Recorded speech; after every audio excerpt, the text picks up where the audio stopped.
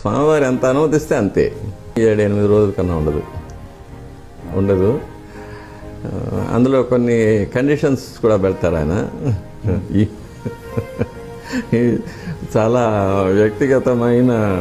వచ్చేటప్పుడు స్వామివారి దగ్గర అనుమతి తీసుకొని వస్తాను. వెళ్ళే పని త్వరగా పూర్తి చేసి మళ్ళీ నీ దగ్గరికి తీసుకో అని ప్రార్థన చేసి వస్తాను. వెళ్ళరా అంటారు.